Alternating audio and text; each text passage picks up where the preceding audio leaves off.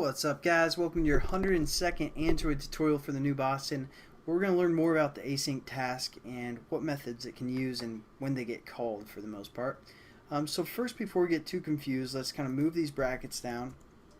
You guys want to have two brackets here, and then we're going to set up some more methods again within this load some stuff class.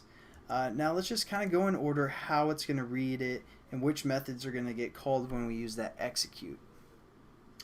Again, here's where most of the meat is for this class where we load the data and return something. But we also want to be able to receive it, whatever it's returning, and kind of maybe want to set up some variables. So the first thing that we're going to do is we're going to say protected protected void on pre-execute. And again, we can refer to whatever is being passed in, like a string, f, something like that. And within this method, we can, this is going to get called first for the most part. So we can set up some variables if we want. For the most part, we don't need to for this class, but just to show you guys, maybe leave a comment. Example of setting up variables, or setting up something.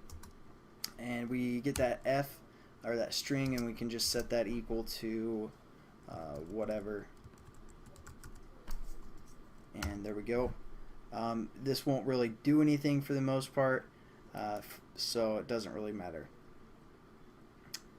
And another method we can call is to get that progress. Again, we have an integer that we can refer to, and so if we have a progress method that kind of displays some kind of a loading bar or something like that, we want to access the progress method. So what we're going to say here is we're going to say again protected void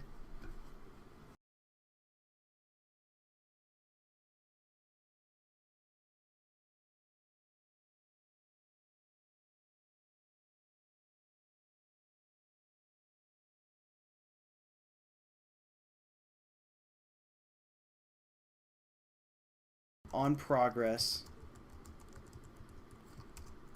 update, and it's going to take an integer, and we're going to call this integer array. I'm sorry. And we've worked with arrays before, you know, it's like that, but when we call them in or pass them in, you just want to say dot dot dot, and that's basically the same thing as an array for the most part. We're going to set this integer array equal to like progress or something like that is the name. And then again, we can, I don't know if I'm going to go through a progress bar or not. I might. If I do, it'll probably be the next tutorial. But then after that, we're going to say also one last statement that gets called after everything's completed, after we call a return method, whether it be our string that actually loaded or this null. The last method is going to be called protected, or it's going to be protected void on post execute,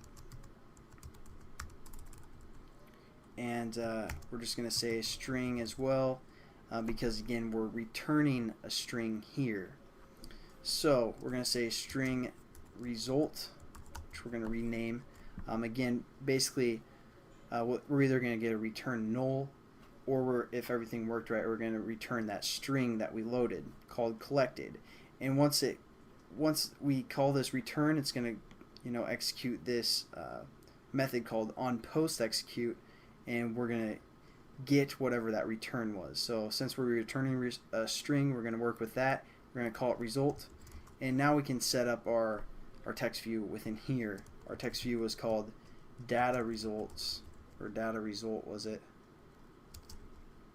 and we can just say dot results maybe, dot set text, and then we can set it equal to our result, which again will be whatever we return.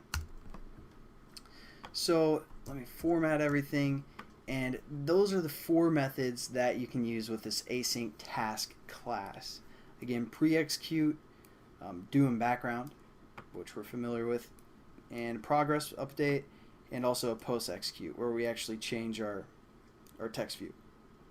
So let's run it, make sure everything works, guys, and we're probably good to go with this tutorial. Again, I'm not for sure if I want to do progress update. Maybe I will. It's something a little bit new that you guys might like, so I'll probably do that in the next tutorial. So let's make sure everything works.